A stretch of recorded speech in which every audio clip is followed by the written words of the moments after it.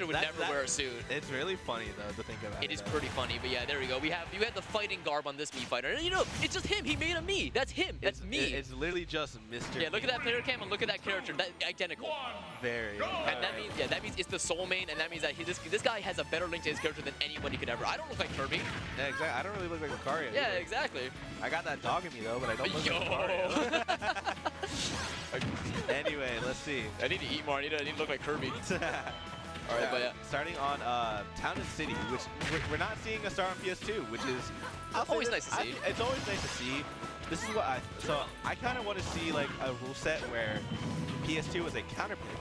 Ooh. So that way we have different starting stages instead of everyone just always going to PS2. And you can't, and even if a lot of people are probably be like, oh, you can just general into PS2.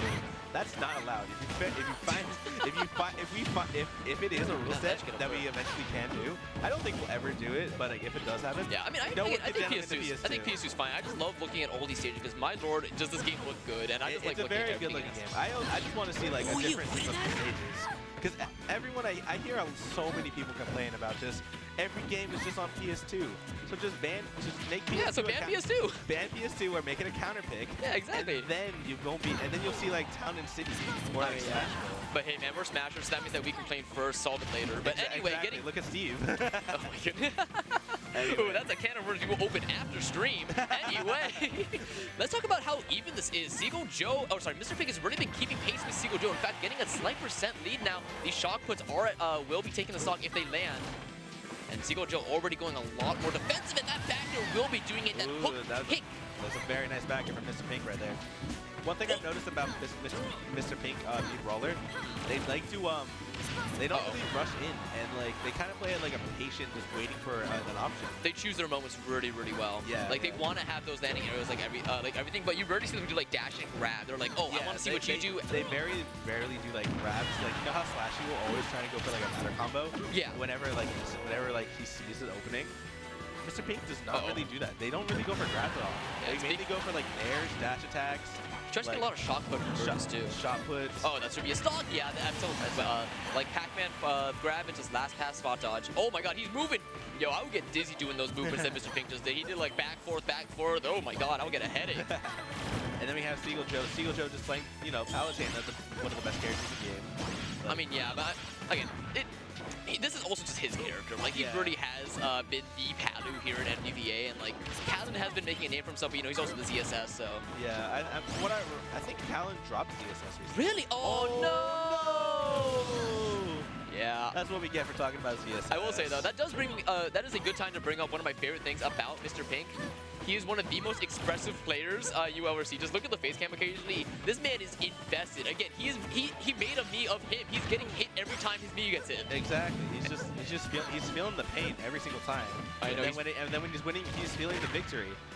But yeah, you saw that like after the SD, he like looked up to the heavens, like mouth the game. He's like, oh no, I did it to myself.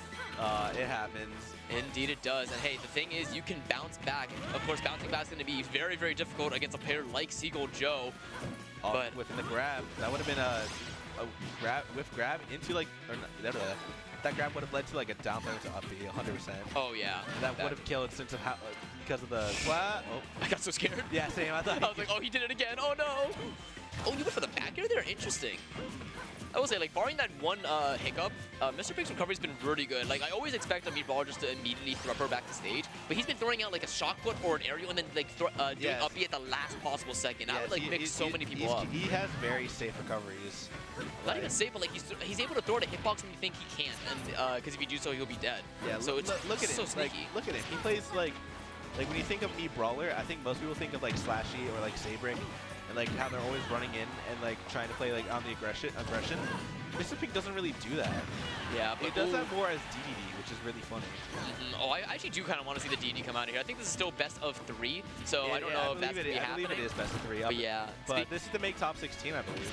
And speaking of, this is looking like Seagull Joe's game. That unfortunate SD stock number 2. It's been too much for Mr. Pink. He's at back throw % from, like, you know, almost center stage now. And now Seagull Joe, he knows it. Look at the, Seagull Joe's like, hey, if you take my stock, that's fine, but I will corner myself. I will tack on as much damage as possible, so eventually this dash attack and this back air will delete you no matter where you are. And the heals! The heals at the tip. All right, so I was about to mention the timer too. Seagull Joe is not Seagull Joe is not afraid to run the timer. No, not at all. That is what. That's Seagull what Joe is a very does. patient man. You see that man? He has 2 kids. He knows how to be patient. Exactly, patience of a saint. He can handle a couple of me brawlers and other weirdo characters. You know? Exactly. I don't know why I'm saying weirdo characters. Well, that's because we are in MTBA. All of our characters are weird. I have no idea what you're talking about. We don't play weird characters. We don't play Kirby or Lucario. You know? Our top, yeah, we don't have a Wii Fit that runs the region or have a. We don't have 2 Wii Fits that run the region. Two Wii Fits. We don't have 2 Ridleys. We don't have like a bunch of BTs. We don't have like we don't have a top Belmont. We don't have like you know, a bunch of like random mid-tiers. Incineroar says Game & Watch. Incineroar, Game & Watch that just appears. Another Wario. Actually, Wario's not that weird. Basically, if you play a character in this game, you're weird. Okay, get over it. Yeah, exactly. All right. Anyway, Hollow Bash. Yeah, I can completely understand why you went to go this side. Smaller ceiling in the competitive rule set, and that means that down throw up B on that center platform will kill at like 40, I think. Yep.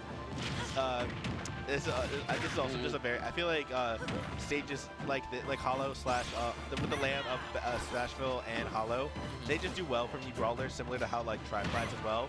Yeah, it's just easier to get grabs on platforms. Yeah, it's just way easier, along with just like making sure to like do an instant double jump, so that way you'd be able to get more combos into leading to like Thrupper, which is off the top.